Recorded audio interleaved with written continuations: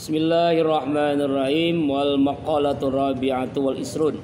Maqalah yang ke-24, Kitab Nasul Ibad halaman 13, Anin Nabi sallallahu alaihi wasallam, dari Nabi sallallahu alaihi wasallam. Jadi hari ini kita mempelajari tentang kitab nasihat-nasihat dari Nabi sallallahu alaihi wasallam, langsung dari Nabi.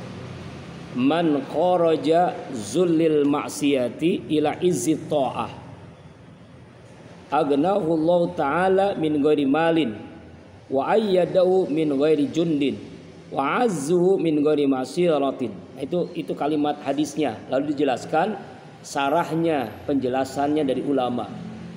Siapa orang yang keluar, maksud keluar ini adalah meninggalkan maksiat yang hina kepada melaksanakan kemuliaan taat. Ya. Apa maksudnya? Man min idafatis sifah wal mansub ay man tarakal maksiyah allati tasiru zalilan wa amalu ta'ah allati tasiru azizan atau Allah taala salasu sifatin mahmudah. Siapa orang yang meninggalkan perbuatan maksiat yang hina. Semua maksiat itu hina, apapun namanya. Contoh sederhana ini mah, sampah kotor itu maksiat. Seringkali kita menyangka bahwa kebersihan hati itu dengan istighfar. Iya benar. Kebersihan hati itu dengan taubat. Betul. Tapi dibuktikan dengan amal lahiriah. Apa amal lahiriah? Innallaha la yanzuru ila suwarikum wala ila atsamikum walakin yanzuru ila qulubikum wa a'malikum. Sesungguhnya Allah tidak melihat wajah fisikmu, harta, kedudukanmu. Ya, Allah nggak lihat tuh. Yang Allah lihat apa? Hati dan amal. Hati dan amal. Abi melihat, ini nggak usah jauh-jauh. Ini melihat seseorang itu hatinya bersih. Abi nggak melihat kamu itu jujur, ikhlas, tawadu, sabar. Itu hanya Allah yang tahu. Tapi melihat zohirnya.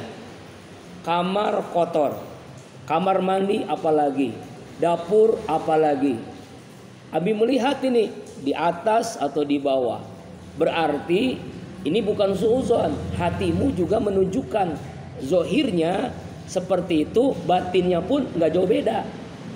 Sebab zohir itu menampakkan batin. Ya, makanya amalan A'agim itu pas banget dengan apa yang harusnya kita lakukan di Kolbun Salim.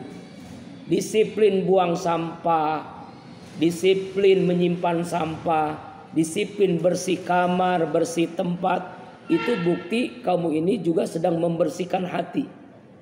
Contoh sederhana, kita ingin berkah tempat kita, ingin malaikat hadir, ingin malaikat mendoakan kita, ingin kita sukses kuliah kita, belajar kita, sedangkan kita kotor, gimana dapat doa malaikat? Abi, maaf ini ya, ini bukan sombong. Kalau ada sampah di rumah, walaupun Abi pernah pulang dakwah tuh jam 12, pada jam 1, itu Abi tuh nggak tidur dulu. Ada piring kotor, gelas kotor, semua yang kotor ambil langsung, ganti pakaian kebesaran dakwah, langsung kaos, langsung bersih-bersih itu. Bersih-bersih. Ada sampah, buang ke tempatnya, dibungkus pakai seperti itu tuh sekarang tuh Abi ajarin.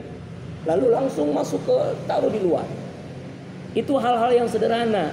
Nih Abi ngelihat nih kesadaran ini nih, kamu ini kan udah S1, berarti sudah melewati pendidikan kebersihan itu dari TK, SD, SMP, SMA, pesantren bahkan, tahfidz Quran enggak.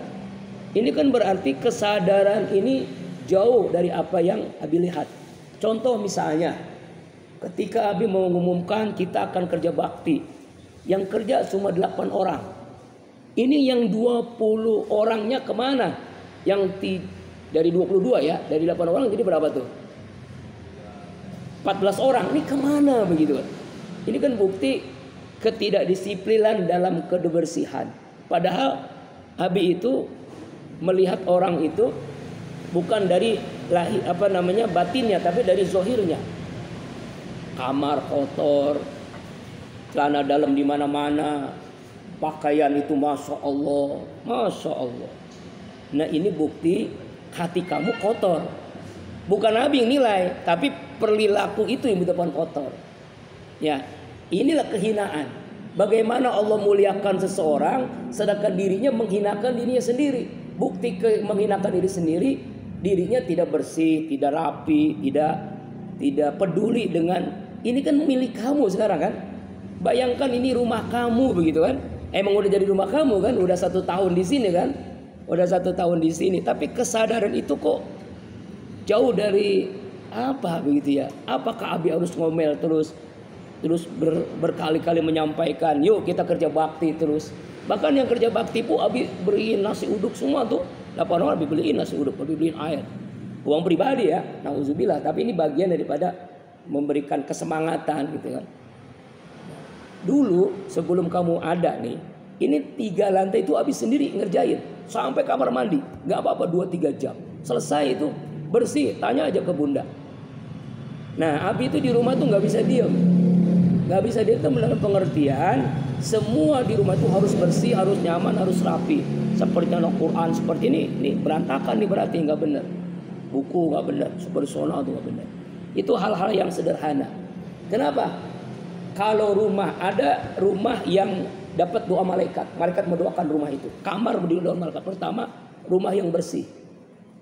Innallaha yuhibbut tawabina wa yuhibbul mutatahhirin. Ini dalil Al-Qur'an nih. Surah Al-Baqarah 222. Sesungguhnya Allah sangat cinta, sangat sayang kepada hambanya yang selalu bertaubat dan selalu bersih, suci.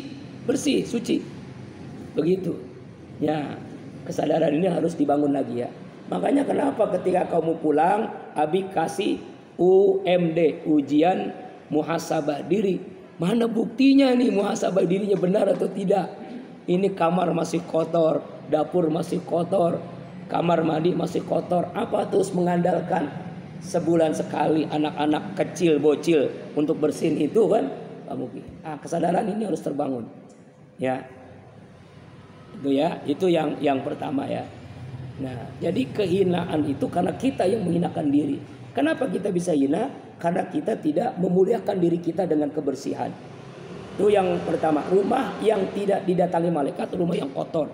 Yang kedua, rumah yang tidak didatangi malaikat, rumah yang tidak ada Al-Quran, bacaan Quran dan sholat sunnah. Sekali lagi sholat sunnah. Makanya Nabi mengatakan, Nawiru biyutakum bitilawatil Quran was sholat. Terangi rumah kalian dengan bacaan Quran dan sholat. Bacaan Quran itu apa? Kamu menghafal Quran di kamar-kamar kamu masing-masing. Bukan musik, bukan main game berjam-jam. Nanti makanya kalau ada kejadian yang mengenakan kembali terjadi, seperti Al-Hikam. Itu jam 10 handphone harus diserahkan ke pengasuh. Nggak boleh ada handphone. Nanti mulai megang handphone jam 7 pagi. Itu kalau kejadian berulang. Main game berjam-jam, begadang berjam-jam. Ini kan Abi lihat terus, monitor terus. Ya, makanya pengurus nih kerjanya harus jeli. Terutama Taufik, kalau udah sehat kan. Coba lihat temennya, masih ada yang begadang nggak? Jam 11 masih belum tidur nggak? Jam 12 masih belum tidur nggak? Kalau itu kejadian, nanti mohon maaf terpaksa amat sangat handphone harus dikasihkan ke Abi mulai jam 10 sampai jam 7 pagi. Yang dilakukan di Al-Hikam begitu.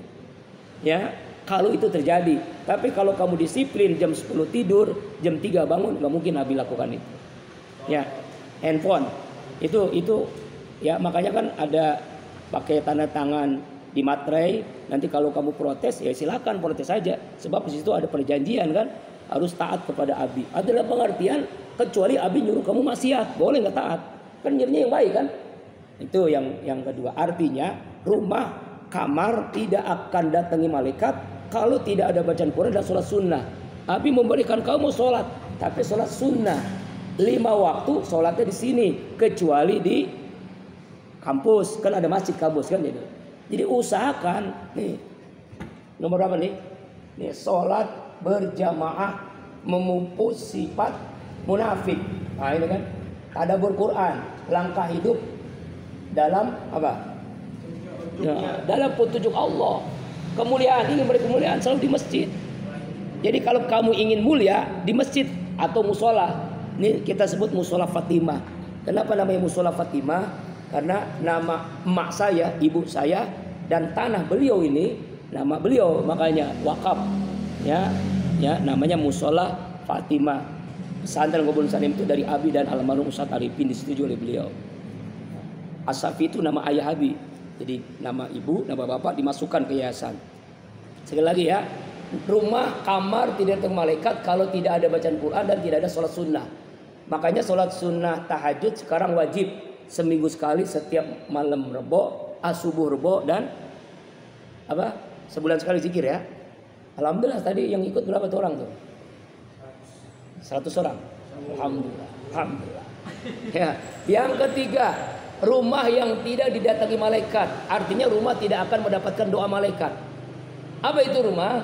Rumah yang di situ ada patung, ada musik yang jauh dari nilai Allah. Ya, misalnya musik dangdut, musik Korea, musik Barat. Nah, itu nggak datang tuh malaikat tuh. Yang ada setan. Ya, makanya bolehlah kamu musik hadroh. Makanya kan ada hiburan setiap malam apa? Malam Sabtu hadroh kan? Hadroh udah bisa semua kan? Makanya harus tampil ya. Zikir akbar 13 Oktober semuanya tampil hadroh. Ya, itu hadroh. Paham ya? Itu 3 rumah yang tidak didatangi malaikat. Artinya rumah itu dihinakan oleh Allah. Rumah kamar kamu kan jadi rumah kamu kan? Berarti akan dihinakan oleh Allah Subhanahu wa taala. Makanya kalau ingin mulia diri kita, ingin mulia ilmu kita, ingin sukses kamu dunia akhirat, ya, yaitu jangan sampai izzut ta'ah. Izzut ta'ah itu adalah kemuliaan ketaatan. Orang mulia itu selama dia taat.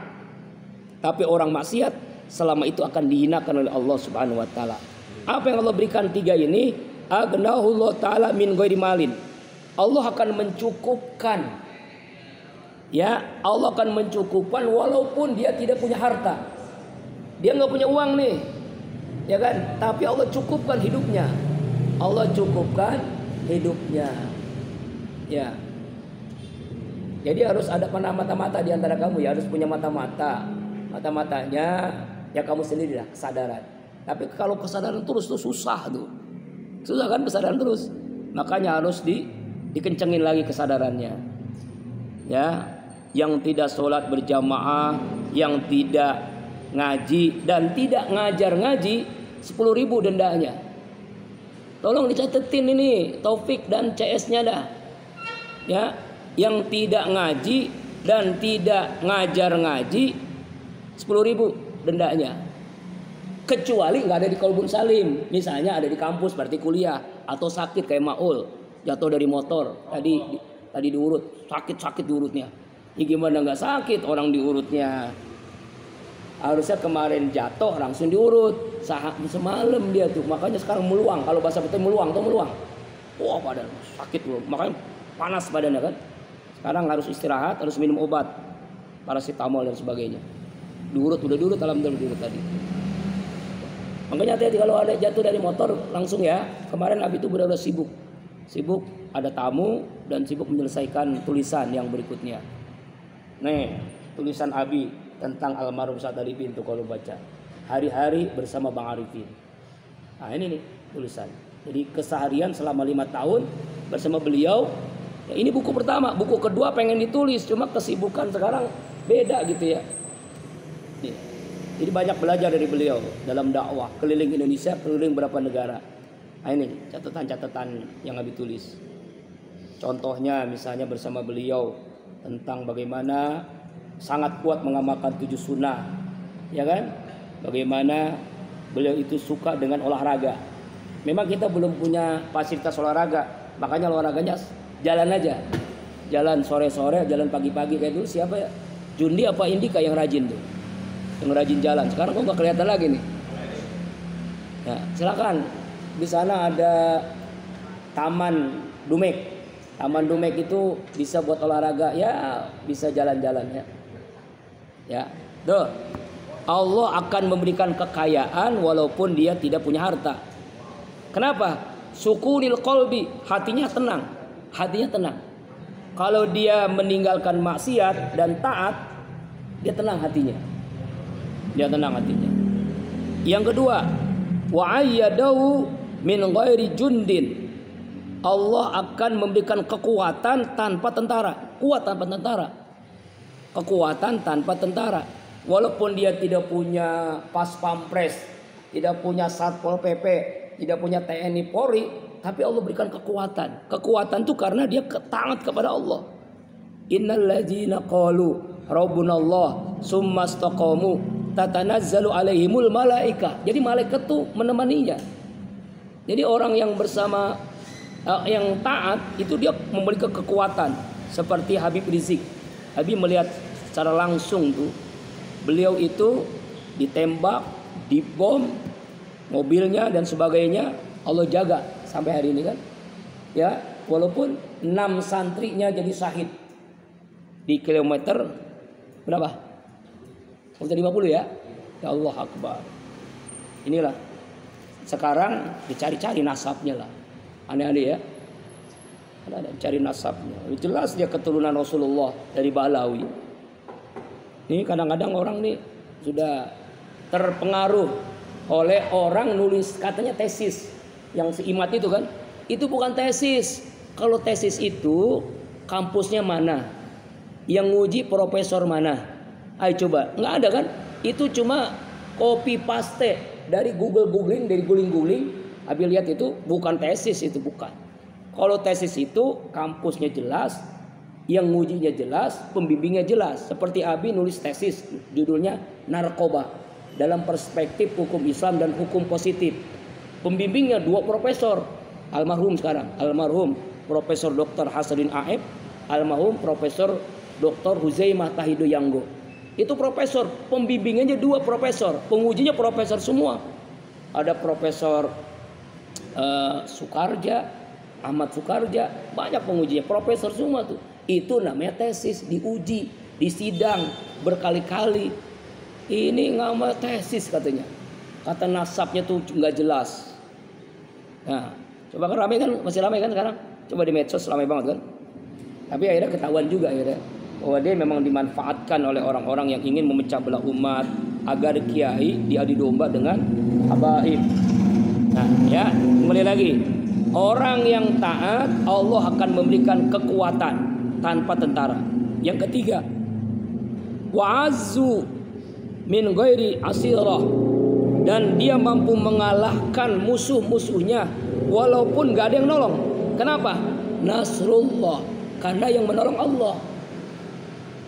Ya, musuhnya siapa? Orang kafir, orang munafik, orang zalim, pasti kalah, pasti dikalahkan. Kenapa? Karena dia dekat dengan Allah. Nasrum minallah wa fathun qarib. Orang yang dekat dengan Allah, bentengnya itu sandarannya Allah. Tenang aja. Walaupun dibully, dicaci maki, dihina, dikatakan enggak keturunan Nabi, itu udah bagian daripada perjuangan. Memang kalau perjuangan itu semakin berjuang, semakin banyak ujian yang dialami.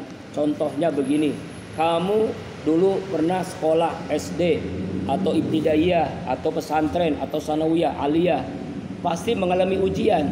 Semakin tinggi seseorang tingkat kuliahnya, maka semakin tinggi tingkat ujiannya.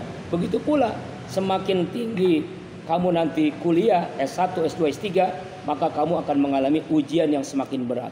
Dan yang paling berat adalah ujian hidup. Ujian muhasabah diri. Abi ingin melihat kamu benar nggak telah jadi perubahan. Ternyata belum berubah. Harus muhasabah dirinya, harus dikencangkan lagi. Dengan apa? Dengan istiqomah. Kamu ngaji, ikuti aturan di sini.